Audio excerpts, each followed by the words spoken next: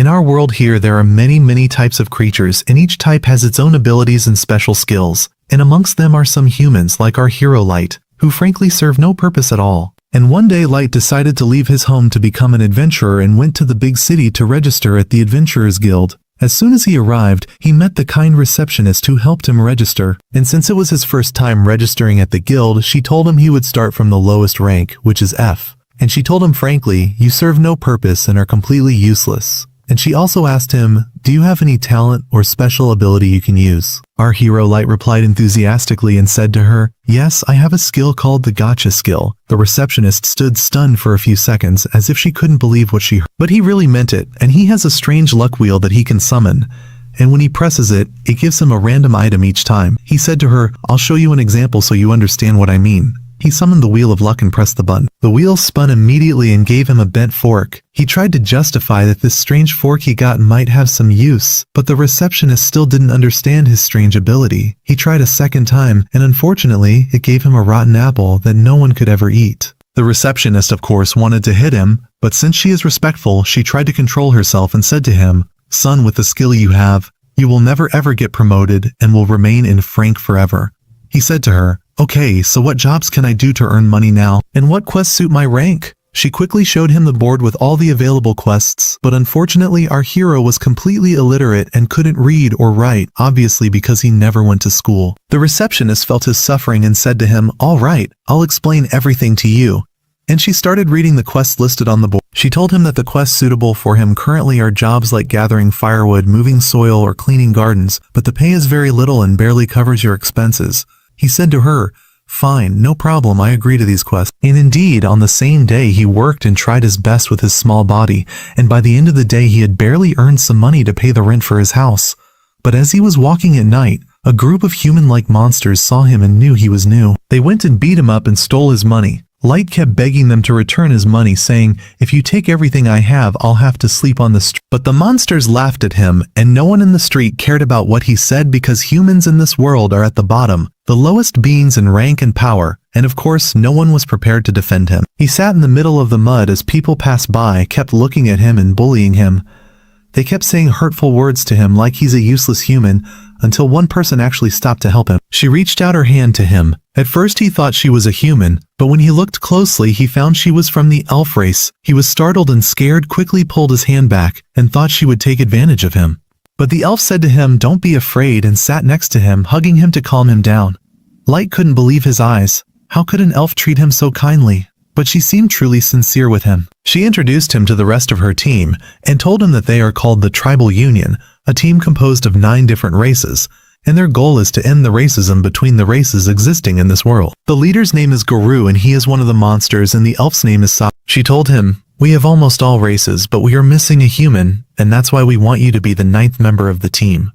It sounded good on paper, but why did they choose a weak 12-year-old child who is useless? But never mind, let's see how it ends. And from that day on, every time the team went out on a mission, Light would go with them just as a pack carrier. Unfortunately as he is, he remained useless. In less than 10 minutes on the first mission, he was about to die from a huge troll that attacked him, and luckily Draghi and Sasha saved him at the last moment.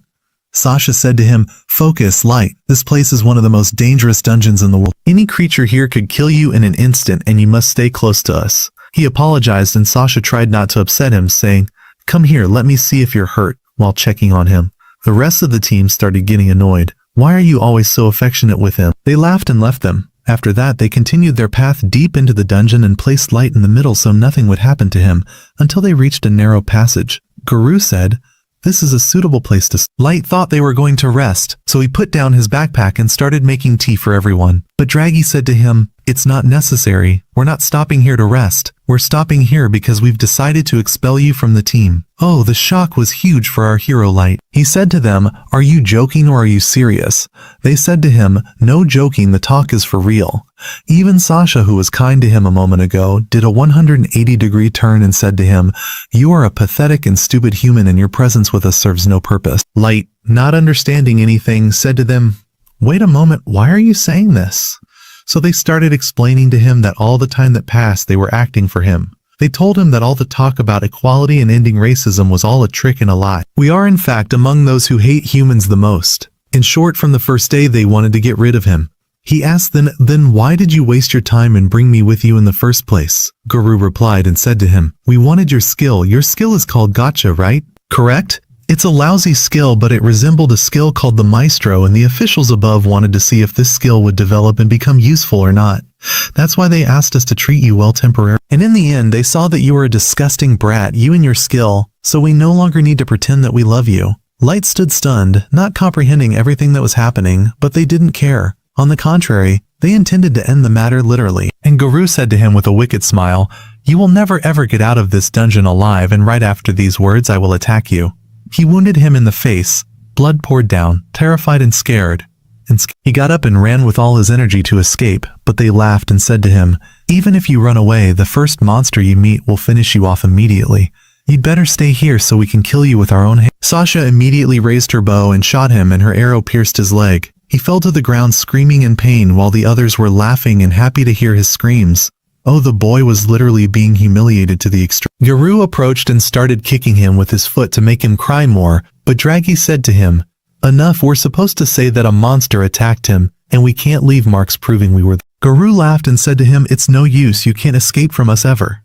But Light, despite the wound, kept crawling and trying, and suddenly, while trying to get away, he touched something on the ground. It was a magical teleportation trap. The trap immediately activated, and he was instantly transported to one of the floors existing in the deep dungeon, so he is literally away from those who betrayed him, but frankly, that doesn't mean he is safe. Because this place is literally deeper and more dangerous, and everything in it could kill him in a second. He knows, of course, that he is weak and knows that the first monster he meets will be his end. He sat on the ground trying to process what happened and why they turned on him so suddenly. He was saying, I was with them all this past time, and I thought they loved me and they were my friends, treating me with tenderness and respect, and it turned out all of that in the end was an act. It became clear that they were just using him because they thought he had a rare skill, and when they discovered his skill was lousy, they decided to get rid of him. Tears fell, and he said, I will never forgive them ever. Even if it's the last thing I do, I will live and come back to kill them one by one. But suddenly he heard a sound behind him. He turned and found a giant rock monster named Chimera. Its level is 1000. Even the strongest adventurers are around levels 300 and 400, meaning this monster is tens of times stronger than them. The monster approached him. Light was literally scared to the point that he felt his body paralyzed and couldn't move from his spot. He knows, of course, that there is no chance to escape. He has nothing but his gotcha skill, which he always saw as useless, but he has no other choice but it. He started pressing the button frantically, once, twice, a third time, and at the moment the monster jumped on him to kill him. The wheel lit up and suddenly transformed, and a very beautiful maid girl came out of it. She extended her hand and with a single strike she erased the monster from existence. Light, of course, stood shocked and unable to believe what happened. The girl approached him, knelt on her knees, put her hand on his face to heal him, and said, I can't bear to see wounds on a beautiful body like yours. And suddenly all the wounds he had disappeared. The girl called him my master and asked him, what is your name? He said to her, my name is Light. She said to him, from today, I am your loyal servant for life. My name is Mai and I am nicknamed the Eternal Seeking Maid. And by the way, this girl's level is over 9000. Mai told him, I am a very rare result from your skill, and my spirit is now linked to you. In short, he made an ultra-legendary pull from the luck wheel he has. Light wasn't comprehending what was happening. He, of course, always thought it was a useless skill, so how did such a powerful being come out of it? Mai said to him, allow me to examine your skills to determine their true power. Mai was surprised to find that she also has the appraisal skill. He said to her, fine, do what you want. She started examining him, and after a while Mai was surprised and said to him, your skill is protected by many layers of magic, and only people of my level can see and know its truth. From what I see, you can use this skill an infinite number of times, and the prizes that come out of it depend on the concentration of mana in the place. She told him that the prize grades start from normal up to an ultra pull. He, of course, didn't understand what she was saying. Mai started explaining to him and said, the mana that exists in the air and everywhere on the Earth's surface is very weak, which is why your chance of pulling something strong from this wheel of luck is very weak. But in the depths of this dungeon, the mana here is very strong, so the chance of success increases thousands of times. And this, of course, is the reason why Mai came out for him in the ultra pull. And she said to him, you came down here intentionally to activate your true power? But he shook his head and said to her, I was deceived. The people I thought were my friends betrayed me, hurt me, threw me away. And he practically sang her the story of his life. He told her that all he wanted was to live a good life for his family, but they tried to kill him because he is a human and from the human race. He shouted, I will never forgive them as long as I live. Mai immediately hugged him and said, I understand your pain. I may not be able to feel it, but I can make you feel comfort as long as you are with me. And she said to him, give me the order and I will cut off their heads and finish them all in an instant.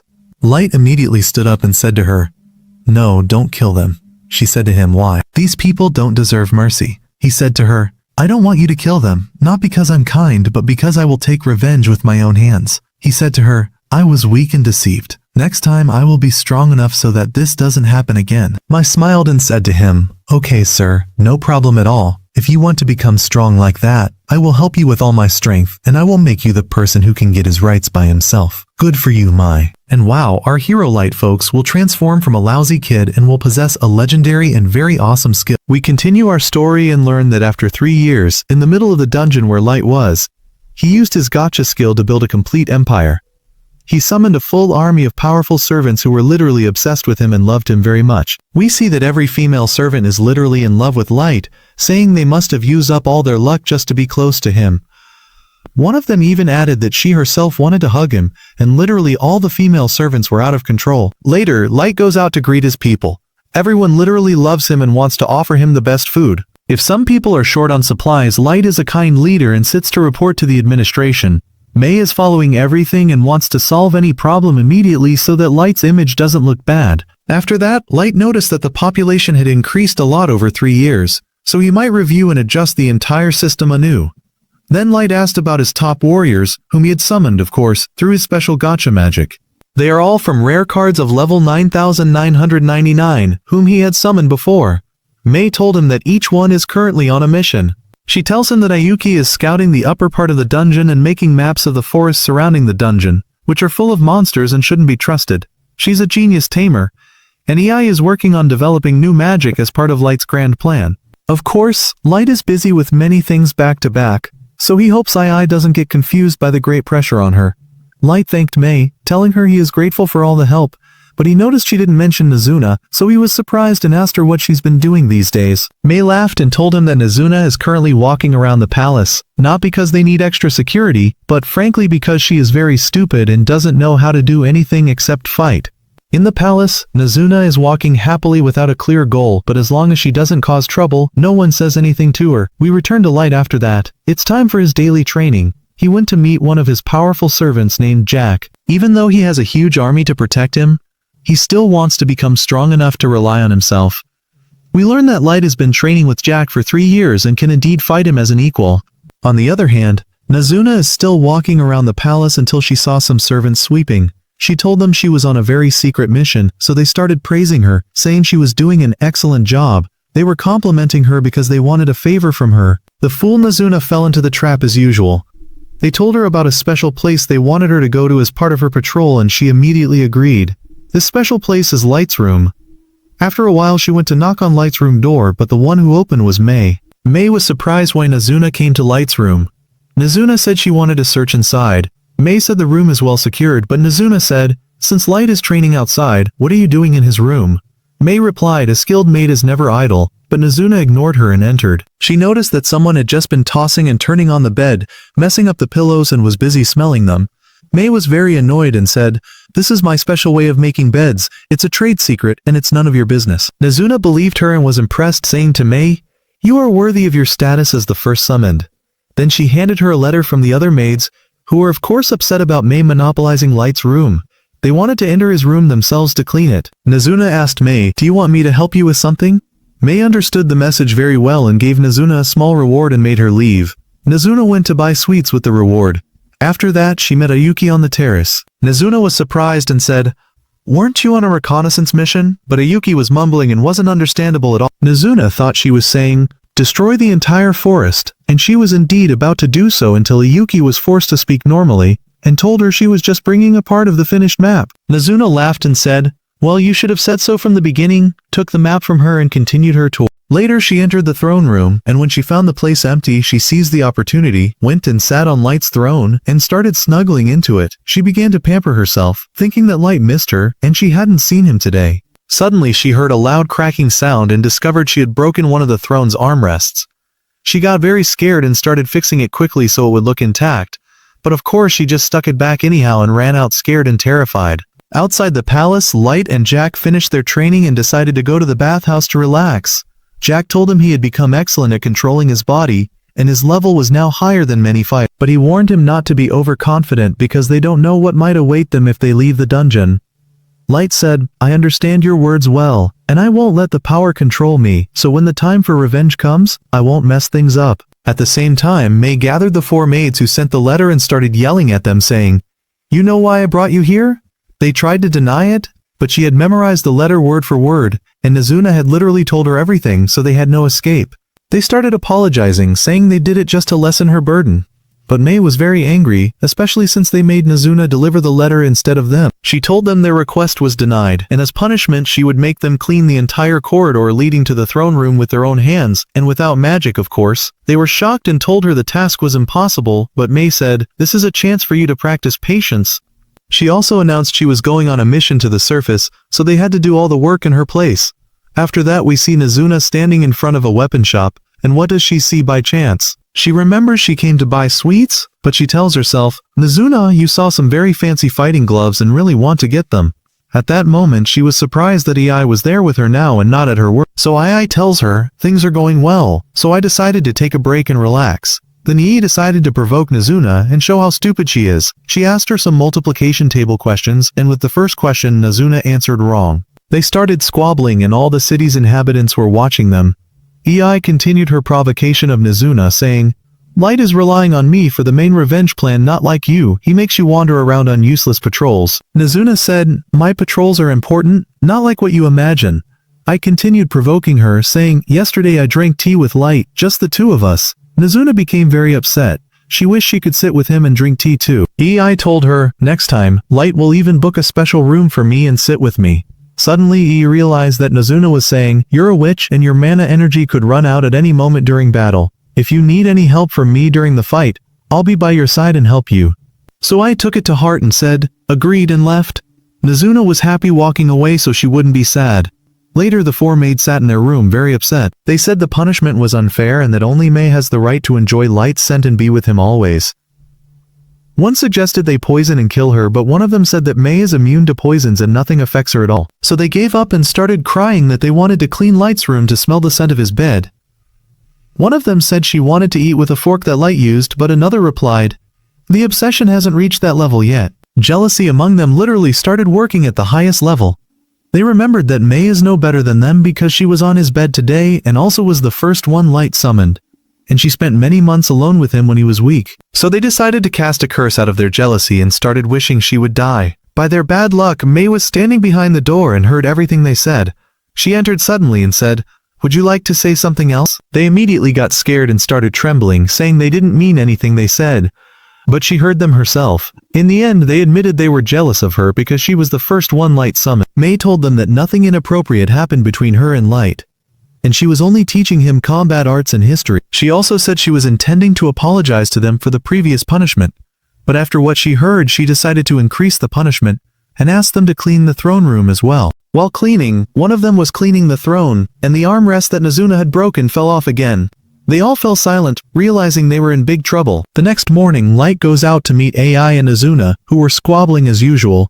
Nazuna was very happy that her wish came true and she saw him. Light was treating Yuki like a cat, and the others were of course extremely jealous of each other. Suddenly a hellhound appeared, the same type of monster that attacked Light when he first arrived in the dungeon long ago. Light's body was still trembling from the memory of that terrifying day, but now the situation is different because he has his warriors around him, who are ready to fight at any time. Nazuna of course got extremely angry and said, "How dare a dog challenge Light while I'm here?" And Ai was also furious and said, "I'll teach it manners."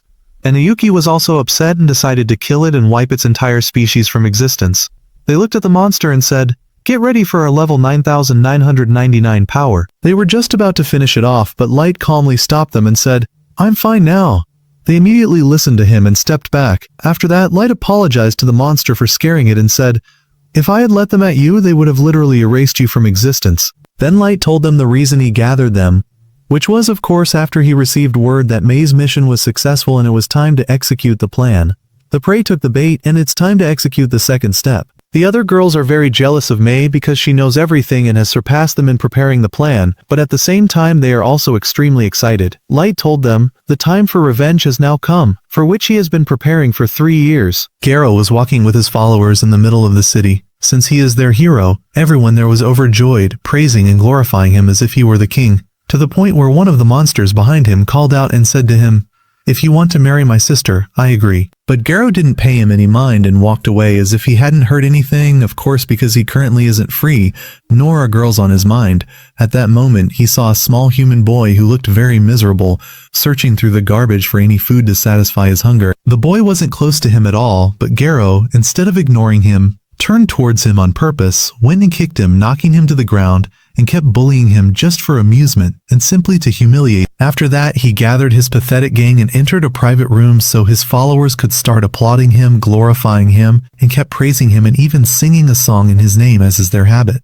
All of them were trying to please him to gain his favor since he is their great hero. One of them started saying, "Wow, Garo, you are a miracle. You came from a poor neighborhood of monsters and became the closest one now to being the new leader." Another said, "Even the current leader acknowledges your strength here." Then they asked him, "Tell us how you reached this position so quickly." Garo puffed up with pride and said to them, "All I do is follow my animal instinct, and it always chooses the best jobs for me. Like that time 3 years ago, I got a very good deal. All that was required of me was to pretend to be from the race unification group and eliminate one human they suspected of having a mysterious power." With complete coldness, he continued his talk. "I didn't even check if he died or not, but with his weakness, it's impossible for him to be alive after what happened to him. So it's better we forget about that kid completely." Suddenly, the door opened and a girl who looked very elegant entered. This girl was Mai. She entered the room and asked in a calm voice, "Are you Garo? I want to ask you about someone named Light." His men immediately shouted at her, "How dare you speak in that manner with him?" But Garo raised his hand and said to them, "Leave her. I just want to know what she wants." Mai said, "I am the maid of Master Light, and I've come from a distant land searching for him everywhere." She told him that Master Light is from a large and very noble family, and that she has been in his service for a long time. Garo looked at her suspiciously and thought to himself, "This doesn't make sense to me, because the people who hired me for that mission did a full search on him, and it never came up that he was from a noble family, nor did he say that but this girl really looks like a maid from a wealthy family." He smiled and said to her, "Okay, what exactly do you want from me?" Mai said, "I received news that Master Light died in the dungeon about 3 years ago, and I want you to take me to the place where he died so I can pay my respects, and I'll give you pure gold in return." Garo sensed something fishy in this talk and that something was wrong.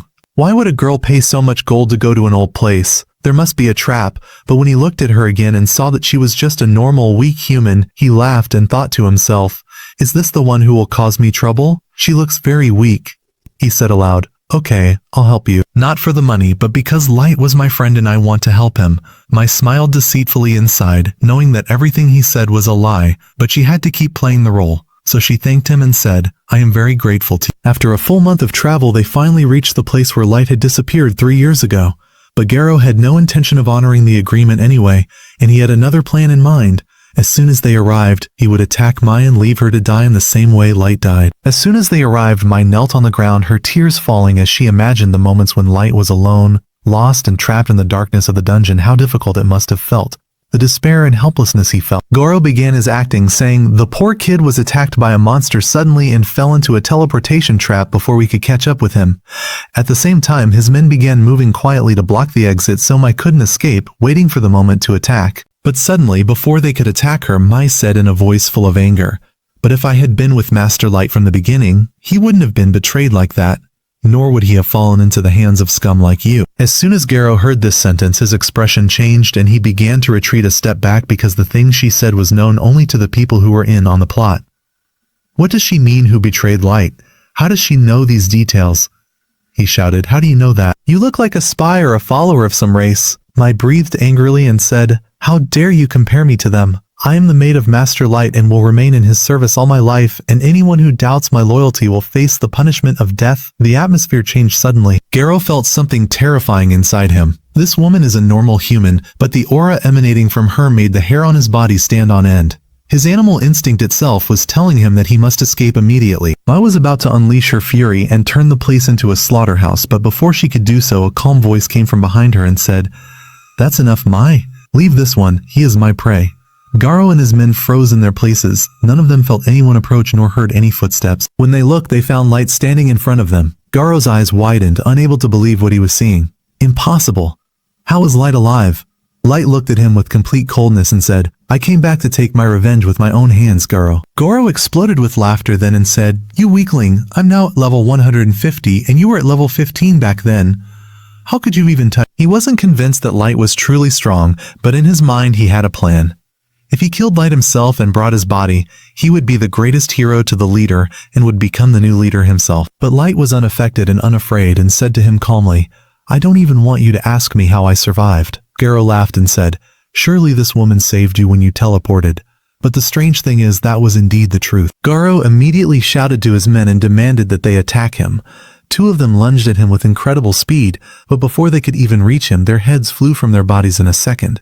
His men froze in terror. They couldn't even see my finishing them off. Garo told them to keep their calm and said to himself, This must be a coincidence. It's impossible for her to be this strong. Light looked and said to her calmly, Thank you for intervening, but from here on, I will take care of everything. Guard the exit and don't let anyone escape. Garo tried to keep his composure and said to his men, Don't worry, you fools. We don't lose to a bunch of weak humans. But Light laughed and said to him, The one saying this is the weakest among you. Garo got agitated and said, What nonsense is this? Humans are known to be the weakest creatures. They have no energy or strength like the other races. Light raised his eyebrow and said, Then how come two of your men who were stronger than you have their heads rolling on the ground now? Garo said that must have been a mistake on their part, or laziness and stupidity. In a loud voice he said, Come on, let's get him. They all rushed at once, but Light didn't move from his spot. He closed his eyes and in seconds he was finishing them off one after another with a single blow each. Garo fell to the ground, unable to comprehend what had happened. Light stood over him and said, Is this your strength? You guys are nothing at all. He said to him, You think you're superior to humans. You're not even half of what you claim to be. Garo was dying of rage, so he decided to use his last resort. He grabbed a necklace he was wearing and broke it on the ground. Suddenly, a huge light emerged from it, and a giant monster of the Vernora type appeared at level 500. Garo shouted with all confidence and said, This is your end, Light. He kept laughing an evil laugh and boasting, saying, I'll have this monster finish you off. He told him that it is at level 500, meaning just one breath from it is enough to erase you from existence. But Light was standing in front of him with a strange calmness. He smiled at him and said, Level 500 is still very weak compared to me. Garo was startled and said, Have you gone mad? How can you say that? It's even stronger than me many times over and it's impossible for you to defeat it alone. In an arrogant voice he said, Kneel on your knees and beg me for mercy. Maybe after that I'll let you die an easy death. Light said to him, Okay, very well. Let me clarify the difference between you and me. He said to him, I won't move from my spot. Hit me with your strongest attack. Garo was enraged by his own arrogance and said to his men, Do you see this foolish kid? Who does he think he is? In a loud voice, he told his monster to attack him. The monster began to move and unleashed a terrifying energy, a strong light covering the entire place. It opened its mouth and launched an attack called Killer Beast's Howl. Its attack could destroy an entire fortress in a second. The explosion was literally terrifying. The ground cracked and dust covered everything. Garo kept laughing like a madman, saying, I finished him off. But when the smoke began to clear, his expression froze. Light was standing in the same place without a single scratch or a hair out of place. Light said to him calmly and with all sarcasm, Is this the attack you were so excited about? It's not even enough to warm up the air around me. He looked at the monster and said, You call this weak creature a Vernora? This can barely be called a small dog. Then he stretched out his hand and pulled out a magic card from his pocket and said, Let me show you now what a real Vernora looks like.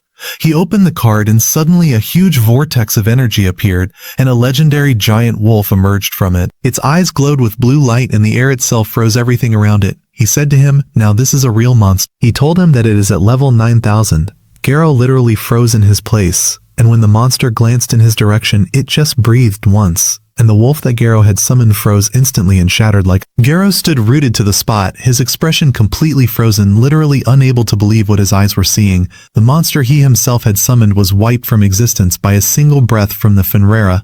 Garo breathed in fear and said, That's not possible, the monster you have. What is it? Light looked at him calmly and said, Don't be afraid, that monster was just a small demonstration. He put the staff back on his back and continued his talk, saying, I could have finished off your monster with my own hand without summoning anyone. He said to him, I'll show you now the difference between you and me clearly. He opened the status window in front of him and let Garo see for himself. Garo looked and his expression changed completely. His hand began to tremble. What was written in front of him was unnatural. Light's level was 9,999.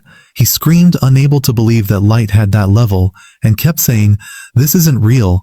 Levels don't even reach that number." He began to swallow his saliva with difficulty, sweat pouring from him, and tears in his eyes.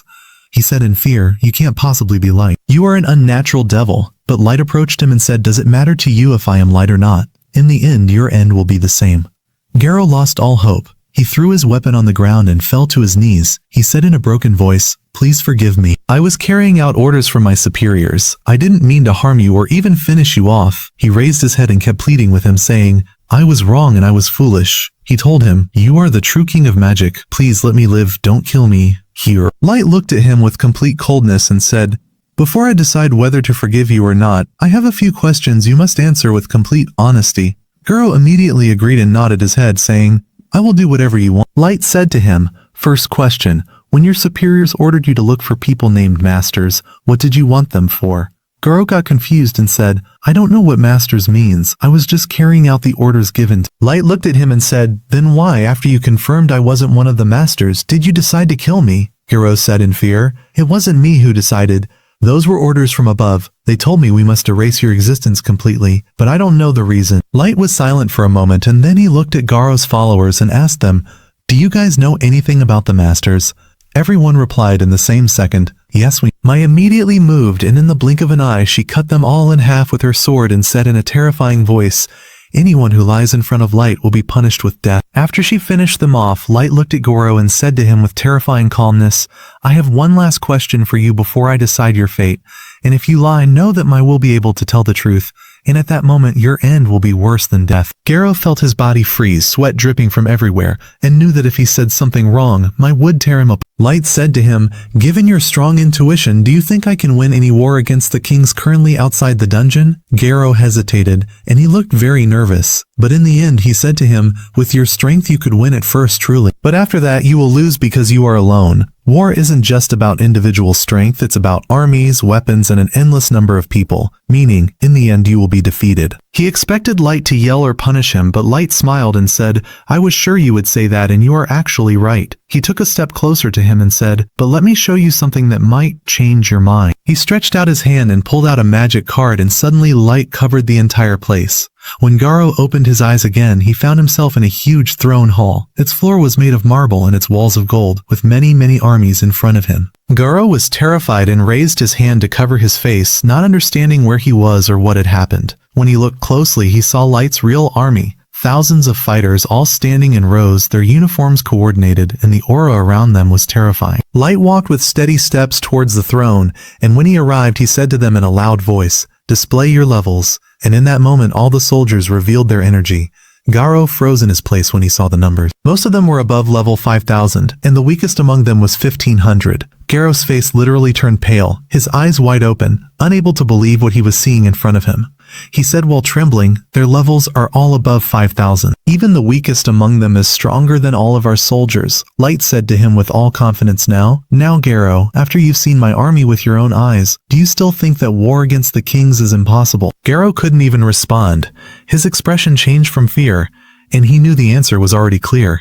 He said to him, "You won't just defeat them, you'll make shawarma out of them." Light smiled a cold smile and said to him, "I was sure of that. Now you've confirmed with your own eyes that victory is easy for me." He took a step then another closer to him and his voice became heavy, like the echo of a devil, and said to him, "Since you were honest with me, I will reward you for your honesty." Goro nodded his head quickly, and hope appeared on his face. He said, "You'll forgive me, you mean?" Light laughed a light laugh and said to him, "It's impossible for me to forgive you, of course, Garo." He said to him, "I won't kill you because killing you would be a great mercy for you." The laugh disappeared instantly, and the tone of his voice became dark as he continued, saying, "I will let you live, but you will wish for death every moment." And he ordered all his soldiers to prepare to go to the surface. See Light on his way to his city. He was running enthusiastically towards his home, unable to wait to see his family and siblings after many years. But when he reached the peak of the valley overlooking his village, he found it completely ruined and destroyed. He tried to move forward a little to see more clearly, but the scene was so difficult that he fell to his knees. During his recent absence, the village had been attacked by an unknown force. He spent 6 months searching through the ruins and burying the dead respectfully, saddened that his village was in this state, but he was relieved that he didn't see the corpses of his siblings among the rubble. However, his luck was bad with his father and mother because they were not among the survivors.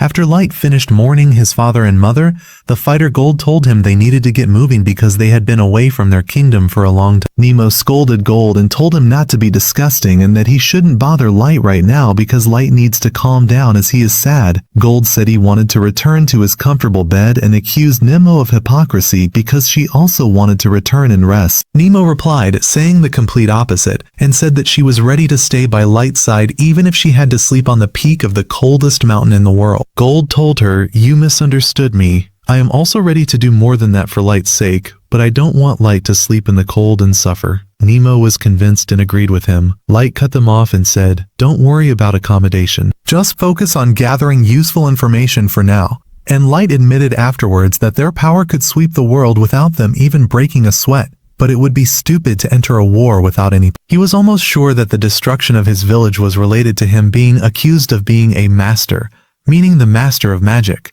He wanted to know what a master means and why people are willing to shed blood for this title. He said that if he discovers that this whole matter is because of some greedy rich people seeking power, he will burn the whole world, destroy it and turn it to ash, and he will eat that ash for those who were the cause. Gold tried to calm him down and said that he understands his anger, but he must control his energy because the anger he releases could kill any ordinary human in an instant. Unexpectedly, he put on something called the Fool's Mask, which hides his true energy and covers his identity. Afterwards, he bid farewell to his parents' graves and said to them, "I'm sorry I couldn't save you." Then he, Gold, and Nemo began flying towards the city of Jez. Nemo was curious and asked Light what he plans to do when he arrives there. Gold told her to be careful while talking to him above the surface, because they are not in the dungeon now, and people might notice them. Light explained to her that it is dangerous to call him by his real name because that way his identity could be exposed, and that's why Light plans to use the name Dark as an alias while outside the dungeon. He also said that he would register himself in the Adventurers Guild under that name, and when he starts rising in rank, he will be able to gather more and more information from the senior members of the guild. After a while, Nemo saw the city of Dages from afar, and they said they don't need to fly over it so as not to attract attention, so they landed in the forest and decided to walk the rest of the way on foot. But Gold said that his shiny arm would make them stand out too much no matter how much they try to hide. While walking, they saw a carriage being robbed by a gang of dwarf thieves. The thieves ordered them to hand over their valuable belongings. The owner of the carriage begged them not to harm his son. A glint caught the corner of his eye, and when the dwarves saw them, they tried to rob them too, but it wasn't their day at all. After moments, the dwarves were tied up in the middle of the road, and the merchant and his son were very grateful to Light and offered to take Light and his friends to the city of Daisies as a token of gratitude. On the way, the merchant's son was talking with admiration about Gold and said he had never seen anyone defeat dwarves so easily. The merchant thought they were a famous group of adventurers, but Light said they hadn't even registered with the guild yet. The man was surprised and told them that they chose the right place because Dages has one of the largest adventurers guilds and is also close to the borders of the dwarf, elf, and human kingdoms, making it the largest suitable city for humans to live in. He told them that he runs a successful hotel there and invited them to stay as guests. When they arrived at the city of Dages, Light told the merchant to leave them at the gate so they could walk the rest of the way themselves. Gold and Nemo were seeing an above-ground city for the first time and were amazed by the number of weapon and armor shops there, but Light told them that this is normal because the dwarves are nearby, and also the dwarves are very skilled in blacksmithing. When they entered the guild, Nemo noticed that everyone from other races, when humans passed by, immediately stepped back, were afraid, and that humans were the least present. Light said that this is evidence that humans are treated with little respect here, but not as overtly as in other places. He went to register his name at the guild. The employee registered Light as an adventurer of rank F. Nemo objected and said that Light should be at least rank S. The employee said that all adventurers start from rank F, and no matter their skills or classes, they must start from this rank. Light apologized for Nemo's manner and agreed to register from rank F. He also decided to accept ordinary quests so he could get promoted later. As soon as they left, Nemo was very upset because she made Light apologize in her place, and Gold, of course, took the opportunity and kept teasing her. Before starting their quests, they decided to find a place to stay. He remembered that the merchant who brought them had a hotel, so they decided to go to him. The merchant was surprised when he saw Light and said, "How can I help you, hero?" Light said. "I have a special request. I want to rent the entire top floor of the hotel, and no one is allowed to enter, not even the staff." And he threw a bag full of gold on the table. The merchant was shocked, of course, when he saw all that money, and told him that this is way too much, it's almost 10 times the rent you want. But Light insisted on paying that amount normally without any hesitation, so the merchant immediately agreed and said he would prepare the rooms for him right away. When they went upstairs, Light used magic cards to prevent spying or even eavesdropping, so that no one could hear them and discover their secret, and thus he could rest a little while feeling secure. Nemo said that she knows he is very strong and that he came here to gather information, but this is dangerous for him and it would be better for him to return to the dungeon and let them complete the mission in his place. This talk greatly provoked Light, and he felt that she was saying he is weak and unable to take revenge himself. Her expression changed when she saw him getting irritated and quickly said to him, "Forgive me, I didn't mean it. I'm a wrong girl and I deserve to be hit now." But Light was very angry and Gold felt the tension, so he intervened to joke and lighten the mood and said to Nemo, "You don't understand what the pleasure of revenge means. The leader wants to take revenge with his own hands, and this is an honor, not anger, to get the rights of his father and mother who were killed." Gold's words made Light snap out of it and calm down a bit, so he went down and apologized to Nemo and told her that he knows she said that out of fear for him. Nemo also apologized and said she wants to renew her loyalty to him, so she lifted his leg and kept kissing it, which is, in their culture, the highest mark of respect for a ruler. But Light felt very embarrassed because he has hated this custom since he first summoned his followers. Even Gold said the situation was weird, especially since Nemo looked more happy than she should be while kissing his foot. The next morning, they prepared to go out and head towards the dungeon. People started looking at them because Gold's armor was shining like a star, and Nemo was very beautiful, while Light was wearing the mask that completely covered his face. People, of course, saw Light as strange, but this suited his new name, Dark. The queue at the dungeon gate was very long. Gold noticed that there were no elves there. Light told him that the elves and dwarves are feuding over the ownership of this dungeon, and that's why they avoid each other. Nemo praised Light and said that he always has a ready answer for any question that comes to our mind, but he asked her to move away a little because her chest was stuck to his back. She replied to him and said that she is protecting him and must stay close to him. At that moment, they saw 3 people cutting the line with complete shamelessness, not caring about anyone. Nemo got very angry. When Light looked at them, he saw that the one carrying the bag was the servant, the one in the middle was a trained fighter but with many flaws, and the person in front was clearly an experienced fighter, and the heavy weapon hidden behind him showed that he was their leader. Of course, everyone standing in the queue was afraid to speak up, but Light is not the type to keep silent about his rights. The boy dared and his heart died, and they said that what you are doing is rude. The man got irritated that Light dared to talk to him. Light replied saying, "I'm talking to you because you cut in line." The man said, "Don't you know who I am? And how can a human like you talk?" Light said to him, "No, by God, I don't know who you are, but you are hiding under your clothes, and if you are really a famous person, it would be more appropriate for you to respect the line and stand in your queue." Gold and Nemo supported Light and told him to go to the back of the line. The fighter, whose name is Kito by the way, went crazy and tried to draw his sword, but his assistant, who was in the middle, stopped him and said, "You will cause chaos and ruin our plan, and if you draw your sword, it will cause great destruction." Kito suppressed himself and went to the front of the line, but he approached Light afterwards and threatened him, saying, "You will pay dearly for the embarrassment you caused." The humans around Light praised him for standing up to them and told him that they are tired of being treated as if we don't exist, and thanked him for speaking against discrimination. One of the beginners came to thank him and said, "We were afraid to start a fight, we're not up to it." Light said to them, "No need for thanks. Any normal person would have done the same." One of the beginners asked loudly, "Is Gold's armor really made of gold?" His friend scolded him, but he was insistent on knowing because he knew that those who scolded him also wanted to know if the armor was gold or not. Gold was about to answer, but Nemo cut him off and said, "This is definitely not gold. Gold is soft and cannot be used for armor." The beginners apologized for their friend's curiosity. Gold laughed and said to them, "This gold color is the most suitable for a shining knight like me." The beginners asked them afterwards if this was their first time entering the dungeon. Light said to them, "Yes," and asked them how they knew. They told him, "Because you don't have camping gear, which means it's your first time." After moments, the guard called their turn. The beginners said goodbye to them and entered. When Light's group entered, he said to himself, "Maybe we need to get some fancy bags so we don't look too much like beginners." When they entered inside, this was the first dungeon Light had entered since the incident. The dungeon is full of mana energy, and the deeper you go down into it, the stronger it becomes, and this creates new and strong monsters and traps. Light used an invisibility spell so that the enemies wouldn't know their location, and they all flew toward the second floor. At the same time, the elf Kido, who had argued with him above, was venting his anger on some giant frogs, shouting and being extremely upset, saying, "How dare a human talk to me like that?" He said that he is a legendary hero from the elf kingdom, and that he has the power of the master in his blood, and that's why he deserves respect.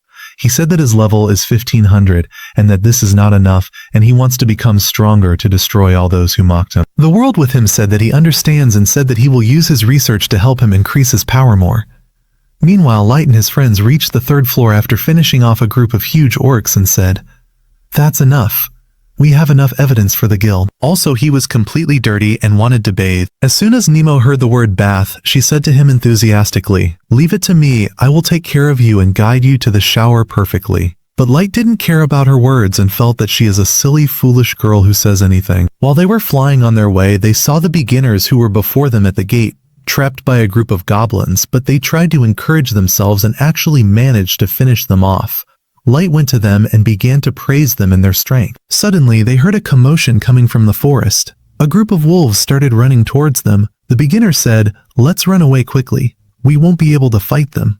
But Light said to them, "The wolves are not the problem. What's coming after them is the real danger." At that moment, he looked ahead, and when he saw what was coming out of the forest, it was a huge four-legged insect, a killer creature known as the Mantis the Mighty. So I wonder, what does this insect intend to do with Light and the beginners? And of course the answer is known, that Light can crush it very easily, but let's continue our story and see Light and his friends return to the guild again to hand over the monster gems they collected.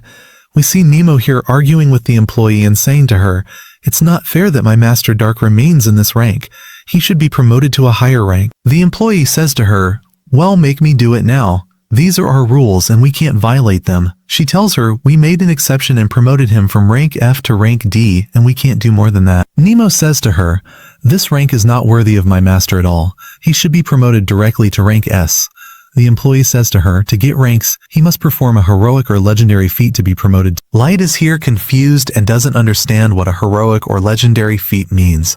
When he returns to the inn, he has the mission that, if he completes it, he will be promoted to rank S. The mission is that he must kill the adventurer killer. Gold tells him that this mission is more than enough for a promotion, but Nemo says to him, "We don't have any information about this killer yet to know his whereabouts." They suggest to Light that he use a search card to locate him, but Light says to them, "The card skill is a random skill, and I can't choose which card I summon." Nemo says to him, "What if we summon reinforcements from the abyss so we can find his location?" But Light starts thinking about the killer and says, "Why is he only targeting humans?" Suddenly Light feels that someone broke the barrier and is sneaking up on them.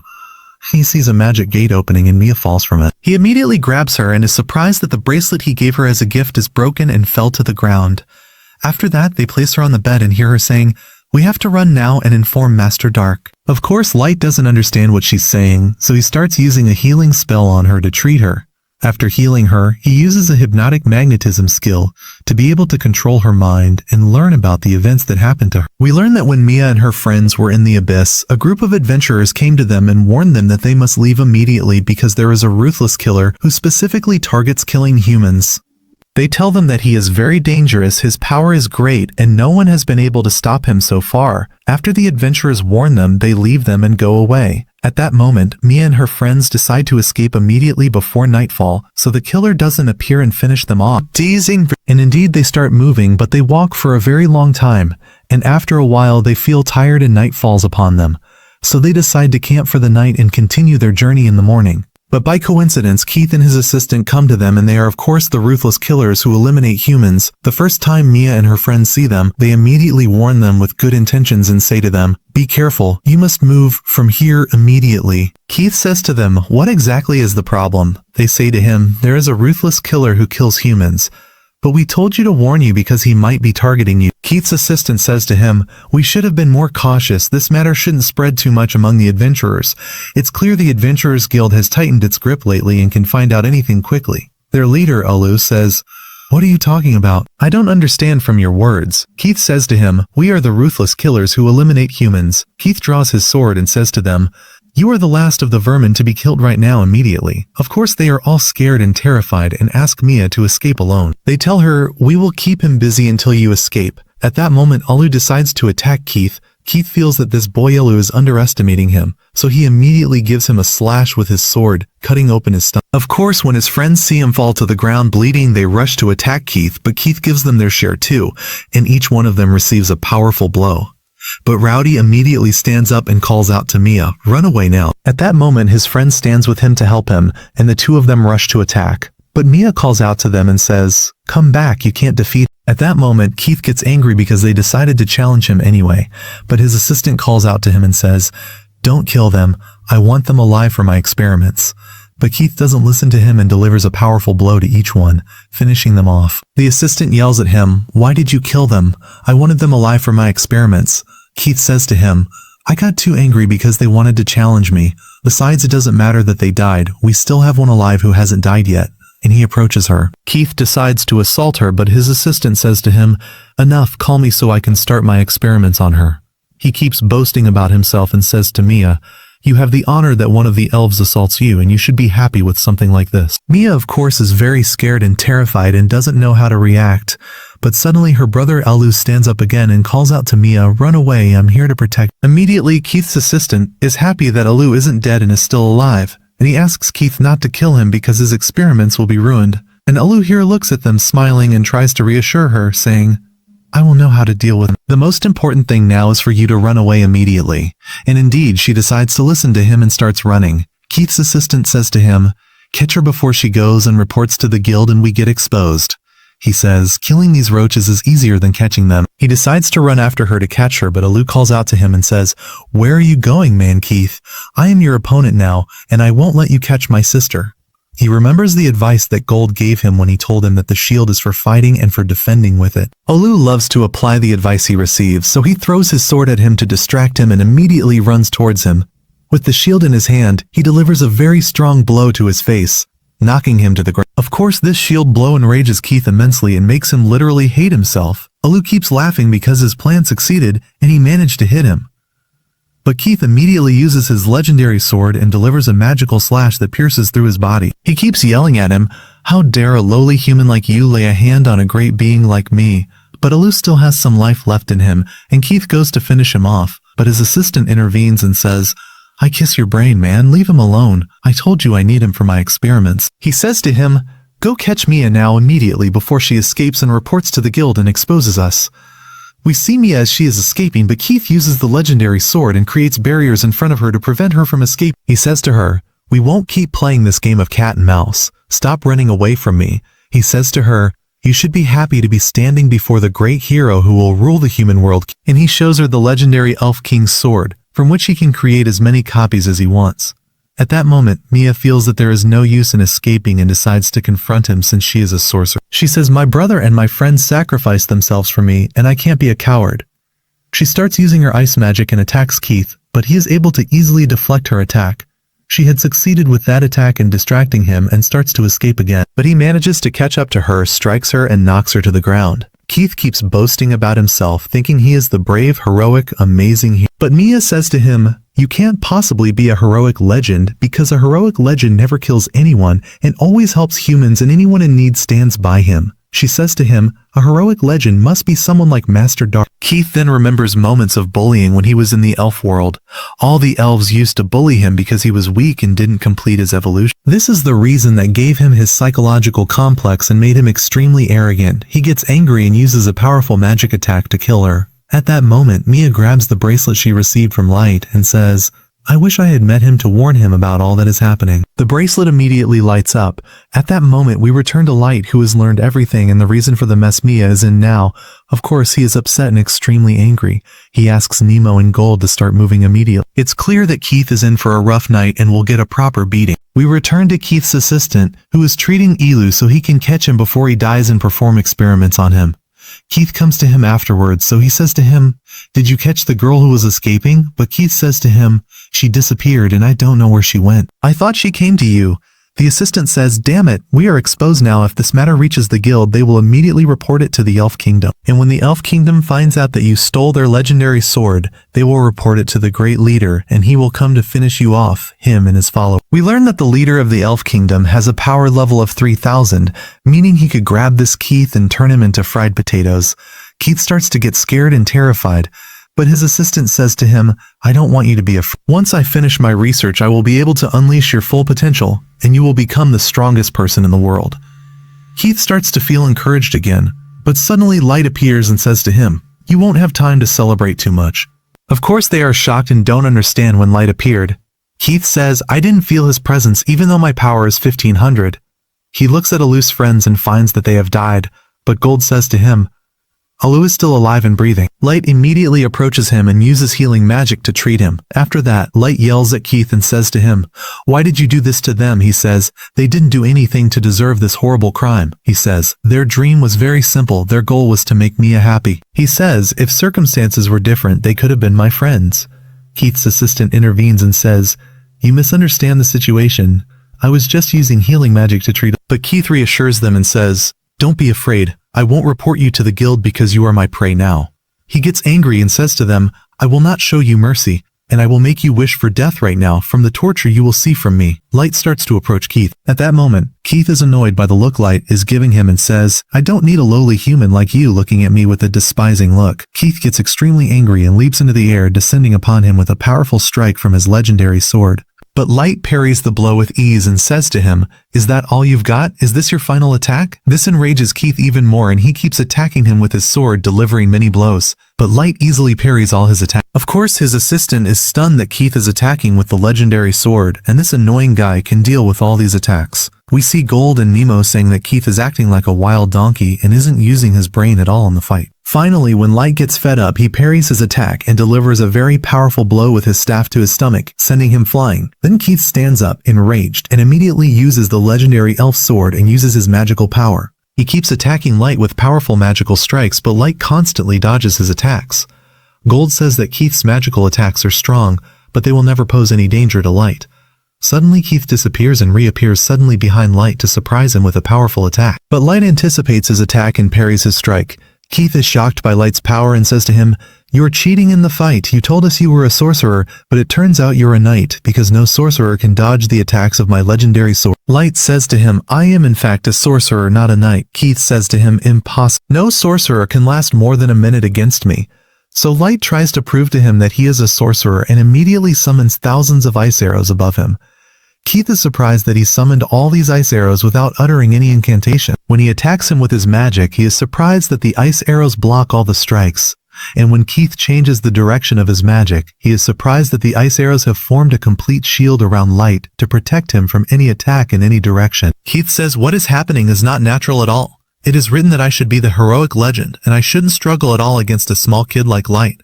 He says, "I now hold the legendary elf sword, which once belonged to the Elf King." Keith is first surprised when he learns that he possesses the sword of the Elf King. He says to him, "Do you know who the Elf King is?" Keith says, "Then you must mean me, because I now possess half of his power within me. So tell me, what is the story of the Elf King?" What is the story of the Light asking Kaito if he truly knows the King of the Thousand. Kaito tells him that he is from his lineage and carries his blood in power, meaning you could simply say he is his assistant. Kaito continues to pressure Light, telling him that he is not trash like him and that his blood is from the lineage of the King of the Thousand. When Light learns that Kaito knows the legendary leader of the Thousand, he tells Gold and Nemo to finish this battle quickly to capture them and take them to their prison, because he wants to know a lot of information about the King of the Thousand from Kaito. Then Nemo and Gold stand in front of Kaito's assistant, who says to them, "What's up guys, you scared me. But anyway, I'm not into problems or fights. I'm just a researcher and I'm not involved in anything.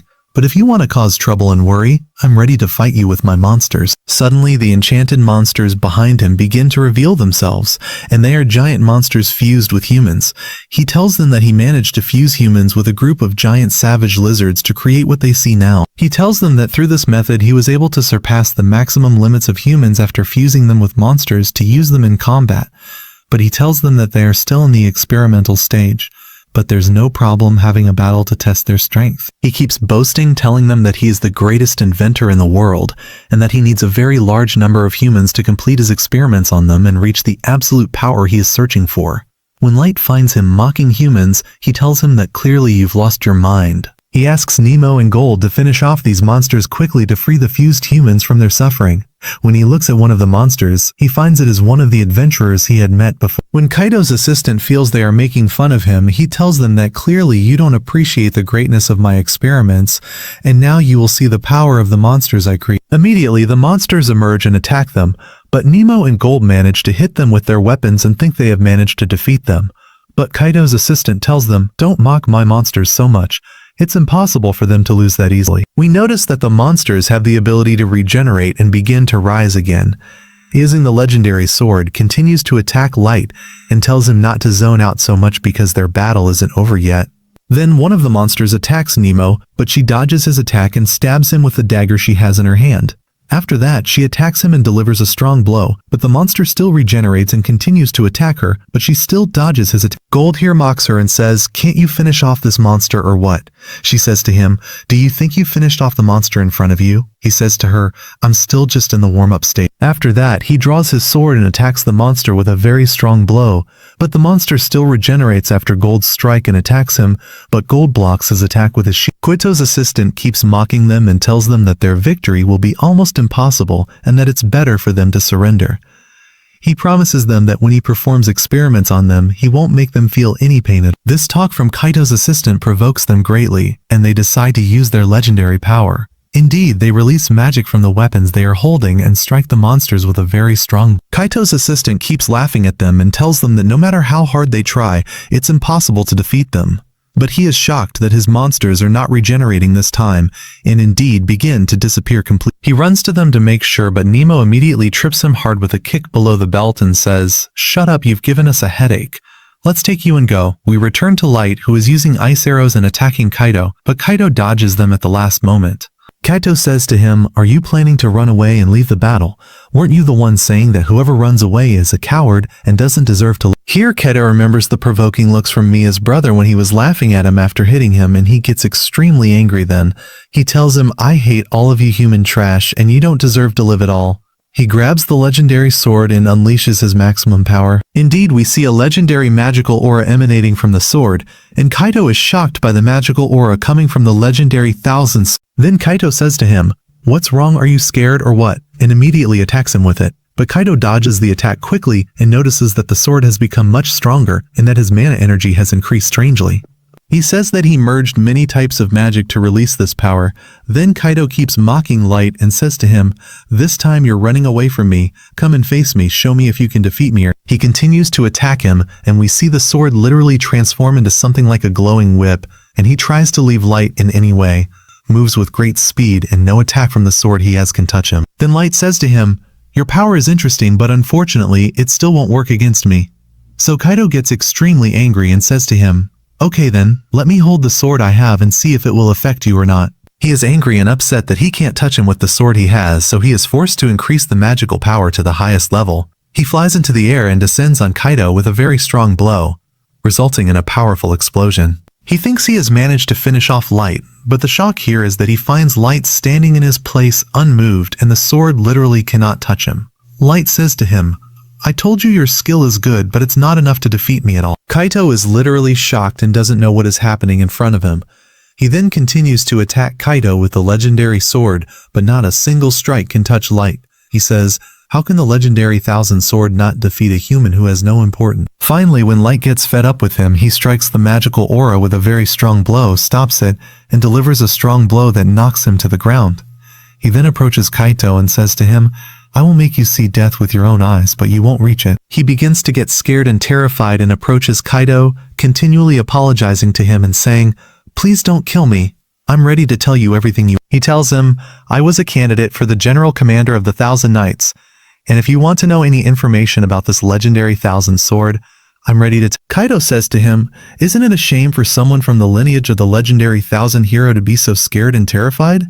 You think about running away and leaving the battle? You should never surrender no matter the result and keep fighting until you die." He tells him, "My friends Ya, Gimra, and Clay are much braver than you because they didn't surrender and kept fighting with you until they died." He reveals his face and says to him, Get up and fight me to the last breath, and don't be a coward. But Kaito is very scared and terrified and says, it's impossible for this to be a human. Immediately he says, screw you, and tries to escape quickly, but Kaito immediately uses a magical skill and strikes his leg, knocking him to the ground. After that, he approaches him and says, you can't possibly be a legendary hero, you're just trash, exactly as I told you. After that, he approaches the grave of Gimmer and Rody and decides to bury them. Then he will take you to give to his sister Mia when she wakes up to see him. So when Kaito and his assistant say to Light, what about us then? Did you forget us or what? He says to them, no, of course I didn't forget you. I just need to finish the task I have with these two. And after that, I will take you to my prison because I have many questions for you. After that, he uses the instant transmission skill and takes them to his prison. When Kaito first opens his eyes, he says, where are we exactly? He is surprised to find themselves in the deepest and most dangerous prison in the world. He says that this prison is far from Daga City, and how did we reach it so quickly? Light's female assistants begin to welcome him because he is their monster and he hasn't come for a while. They ask him about the two he brought with him and say, who are these? He tells them that these are guilty people who killed and tortured a very large number of humans, and he brought them here to settle his account with them. When Light's assistants learn that they are guilty and also bothered their leader Light, they get extremely angry. Each one begins to threaten them. One says, I will cut you with my sword, and another says, I will use my magic to completely destroy you. They literally threaten them and want to make shawarma out of them. Koto and his assistant are literally terrified and will do it to themselves until Light intervenes and calms them down because they are extremely angry. He tells them, I want to get information from them first. After that, do whatever you want with them. So they become even more scared than before, and each one of them starts blaming the Kaito then says to him that the researcher tricked me and told me he would release my power. The researcher says to him that Kaito was blackmailing me and was exploiting me, and I didn't even know him originally. Light says to them, no matter what you do, I can never forgive you at all because you are calling humans insects and killing them without any mercy. Just be patient with me. I will finish the task I have and return to you later. Mia opens her eyes and finds Light in front of her. She says, where am I? He tells her, you are now in my house, and reassures her that she is okay. He tells her that her brother, thank God we saved him and he is recovered. When she asks him about Gimera and Rody, he gives her locks of their hair, and she then knows that they died, of course. Mia cannot control herself and keeps crying, so he feels sad and leaves her, walking away upset with himself. He says, meaning after I obtained this great power, I still failed to save my friends. After that, he returns to the guild, and the guild learns that he completed the required mission. Then they agree to promote him to rank C. After that, we return to Mia and her brother Yu, who is now recovered, and they begin to thank Light and his friends. Yu says to him, I am very grateful that you helped us for the second time. Light is surprised when he learns that they will no longer be adventurers and will return to their village, and this is of course after their friends died. So Light says to them, meaning you don't intend to join any other party? Mia says, no party anymore, no party at all. We're done, thank you, sir. He says to her, well, what about the magic school you wanted to join? She says to him, I will continue studying for my city until God makes it easy then. She thanks Light after that and says, I am confident we will meet again. As they are leaving, Light looks at them feeling very sad, so Gold says to him, I don't want you to be sad, they will surely achieve their dream one. Light says to Gold, after I finish my revenge and reveal myself, then I will go to them again, take them and we will go visit our friends who died. After that, he returns again and says to the assistants, what did you do? Did you interrogate them or not yet? They say to him, we interrogated them and also used interrogation magic to make sure all the information they are saying is correct, and there isn't any wrong information. After that, Light learns that Kaito is one of the followers of the White Knight's commander, and that this White Knight's commander also hates humans and has committed many massacres, so he knows that he is their next target. After that, Light asks about Kaito and the assistant with him. A magical gate opens and the two of them are inside it, tied up. After that, Light uses a very powerful legendary card called Death's Plaything, which consists of monsters or ghosts. Immediately, these monsters and ghosts attack them, kill them, and finish them off. Then Light asks E about his plan. So she says to him, don't worry, the plan is ready and everything is arranged. And she says to him, we are ready to take your revenge from the dwarf Sasha, but first we will capture the White Knights because they will provide us with a lot of information we need in the future. And the deputy of the White Knights is Sasha's fiancé, so he will be very tasty bait to lure him to us. So Light says to her, may God enlighten you.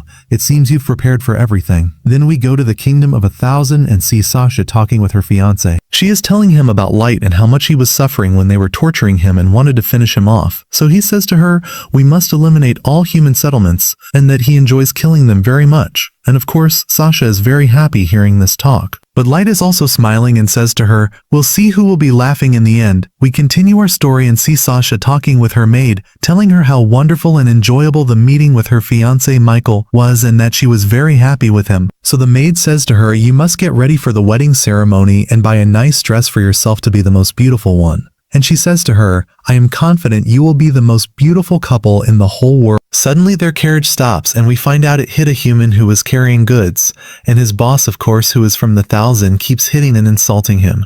At that time, Sasha is very annoyed by this human and says that humans are always useless and must all be eliminated. And while she is sitting and daydreaming, she notices Light passing by her side. So she's immediately shocked and says, is that really Light, the one I killed? So she opens the door and runs after him, and she is of course not believing herself and saying, how is he still alive after I finished him off? And she tries to catch up to him quickly, but she reaches a dead end and can't find any trace of him at all. And she says it's impossible for that to be Light. These must be hallucinations and I must be very tired. But as soon as she turns her back, she finds a message on the wall written that he wants to meet her atop the giant tower, and the message is signed by Light. So she is literally shocked and stands frozen in place, stunned, and keeps staring. The maid comes to reassure her, and we see Sasha here very upset and also afraid, and she says if my administration finds out that I didn't kill Light and that I was lying to them and that he is still alive, then they will punish me severely and humiliate me completely because they will think I was lying. At the same time, we see Light and Yaoi standing above, watching her as she breaks down. Leave this matter to us. And she says to him, I am ready to torture her and make her see stars in broad daylight, and I'll make you get your revenge from her exactly as you want. So Light is very happy and says to her, all right, I'll leave this matter to you, handle it. Then we go to the palace of the White Knights and see two of the knights tying a human to a tree and stabbing him with knives, literally torturing. And of course they keep mocking humans, bullying them, and saying, we enjoy torturing them, even if they are brothers, because we are better than them. And there is one of the White Knights who is literally perverted and always doesn't like to kill human girls, so they start arguing with each other until their commander yells at them, and they then feel a strong magical aura, and he says to them this is not the time for playing and joking, and immediately asks them to finish off the human they are torturing. And indeed one of the knights immediately blows his brains out and finishes him off instantly. Then the commander talks with the knight who likes human girls and says to him, you cannot be involved with any of them because our blood is pure and must not be contaminated with human blood. So he says, I would never get involved with a human girl. I just like to spend time with them for amusement, nothing more. Then they talk later about Kaido, who betrayed them and stole the legendary sword of 1,000, and they say that he lost to a human and must be eliminated. So their commander says to them, we cannot insult him like that because in the beginning and the end he was one of the White Knights. And he says to them, I will investigate this matter myself. And he says to them, we must investigate the identity of the person who managed to defeat him because there are many rumors saying he is from the humans. Then we go to Sasha, who is sleeping, and suddenly she hears a loud noise. Suddenly, we find a huge giant tower starting to emerge from the middle of the forest, and we find the assistant, Ichika, standing atop the tower and saying that everything is now ready for revenge. Sasha goes towards the window, and as soon as she looks, she is shocked by this giant tower, and she immediately remembers Light's message asking her to meet him atop the tower's summit. Then we go to a carriage driver from the 1,000 race, with a group of child hostages with him. Suddenly he is shocked when a huge monster from the forest comes out at him, and he says, how did this monster get here? And he doesn't understand anything, so he gets scared and runs away. And the monster then approaches the children, and God knows best if it will eat them or what it will do to them. And the carriage owner goes to his guild and keeps talking with his colleagues, and they are surprised, saying, did the forest bring the monsters here? And we find out that because of the giant tower that Light built, all the monsters fled the forest and gathered in places close to them. And we find the guild posting a new mission, and its goal is to explore this strange giant tower that no one knows anything about and how it appeared so suddenly. Light is of course standing and watching them all talking about the giant tower, and he is the one who plans something like this to attract attention to him. Suddenly, a group of the 1,000 notice Nemo and are very impressed with her, so they go and say to her, what do you think about going out with us today or joining our team? So she says to them, I won't join you. And she says to them, I am here in the service of Lord Dark. Then Light says to them, as you heard, then rely on God and don't annoy us any more than this. So they get angry. How dare a human talk to us in this manner? and one of them decides to attack him. So immediately Light uses a lightning spell and knocks them to the ground. Immediately they get scared and say, how can he use magic without saying its incantation? And Light is happy that everyone is talking about him now and says to Nemi and Gold, the plan is going exactly as I want. Then we see a group of 1,000 on their way to explore the giant tower. As usual, they have a human hostage with them to amuse themselves with and use as bait if a monster appears in front of them. And they say, we are thinking of camping in the forest today, and if we don't find any food, we might roast this girl and eat her because humans taste very good. The girl of course is scared as she hears this talk, but suddenly the giant monster that appeared before appears suddenly behind them, immediately eats one and finishes him off, and the snake in the monster's tail finishes off the other two. Then we see this monster approaching the little girl, and the girl is of course scared and feels she's going to be eaten now, but the monster just sniffs her a bit and leaves her and walks away. After that, a group of humans come laughing and mocking and say, we completed the mission as you requested. The girl is scared and says, I can't believe I got my freedom only to find some losers like these. But strangely, these humans help the girl and pour a magical substance on her that heals her from all the wounds she has. And we find out that Ioki is the one who sent that monster into the forest to finish off the 1,000 and help any human present there. And E comes and says to her, what's the news? Reassure me, this is the first time I see Light assigning a task for you to do. And Ioki is of course happy with the task Light gave her and says to her, everything is fine and I don't need any help from you. So she says to her, Light asked us to help you with anything you need. And she is very annoyed by this matter and keeps thinking and says, is Light really testing us and seeing how our loyalty to him is? And will we really carry out all his orders or not? And she says, I wonder what Light will do to us if we make a mistake in carrying out his orders. And AB thinks about going to warn the rest of Light's assistants, so that none of them make any mistakes at all. So Ioki says to her, you're overthinking and it's better for you to do what Light wants from you without much talk. So she says to her, I just want to understand the nature of my task. So Ioki says to her, I don't want to understand anything. Any task Lord Light requests from me, I will carry it out without any thinking or hesitation. So she says to her, what do you mean, that I don't have loyalty to Lord Light? So she says to her, I don't know then, everyone to themselves. And she gets very annoyed by her way of talking and says to her, by the way, I'm stronger than you and can finish you off. So Ioki says to her, I haven't found anyone stronger than me until now, and if you want to test our strength, I have no objection. But suddenly Ioki's assistants talk to her and say to her, we delivered the humans to their families exactly as you requested. And the children of course thank them for their help. Then we see Iji deciding to leave Ioki and walk away, and she says to her, I really enjoyed talking with you. Then we go to Sasha, who is sitting in front of Light's message, and she says, I can't go to the tower alone because the forest is full of monsters whose power level is above 1,000. But at the same time she is afraid that the White Knights will start moving, and if they find out Light is still alive, they will humiliate her. And she says, there is no solution for me, except to reach the tower first. And she says, if I see Light there this time, I will finish him off and make sure he dies by myself. And we go to the White Knights meeting and see them sitting in front of the Queen, talking and deciding to send a group of knights to explore the tower. But the commander of the knights says to the advisor, we cannot risk the White Knights because we don't have enough information about the giant tower, and we also haven't studied the nature of the monsters present. And he says to the advisor, clearly you've become senile and don't know how to act anymore, and your suggestion is impossible to accept. At that time, the Queen of the Thousand says, my son is right, and the safety of the knights is more important than exploring the giant tower. Then the commander of the knights sits with his mother and says to her, thank you for your support, but I cannot send a group of white knights there without having sufficient information.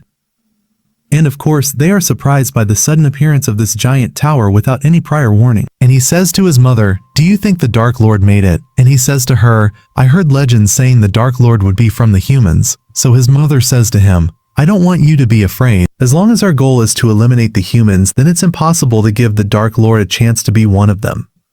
So he says to her, we must not waste time and eliminate the human race so that we can rule the world. Then we return to Light, who is walking in the forest and finds a very large number of adventurers beginning to set up tents and prepare to accept the mission to explore the tower. Among them are the two that Light hit, and they seem extremely resentful of him. Light is happy that he attracted everyone's attention so they know there are humans present here. Suddenly Sasha appears and is following the sound of Light's voice, and she immediately stops him and says to him, who are you exactly? Identify yourself. Nemo and Gold grab their weapons and prepare to fight, but Light calms them down and says to them, this is Sasha, our target. And he says to them, I don't want anyone to move or do anything without my permission. Then Light turns to talk to her and says to her, "You mean Nemo?" So Sasha says, "Yes, I want to know who you are. Remove the mask on your face." Nemo gets very annoyed and says to her, "How dare you talk to my master in this manner?" But Sasha doesn't care about Nemo and insists that Light remove his mask. So Light says to her, "This mask covers the many burns on my face," and apologizes to her, saying he cannot remove the mask. So Sasha immediately gets angry and slaps him on the face, knocking the mask to the ground. And with that, the episode ends for us so far. So if you're excited for the rest of the events, don't forget to support us with a like and subscribe. See you in the next video.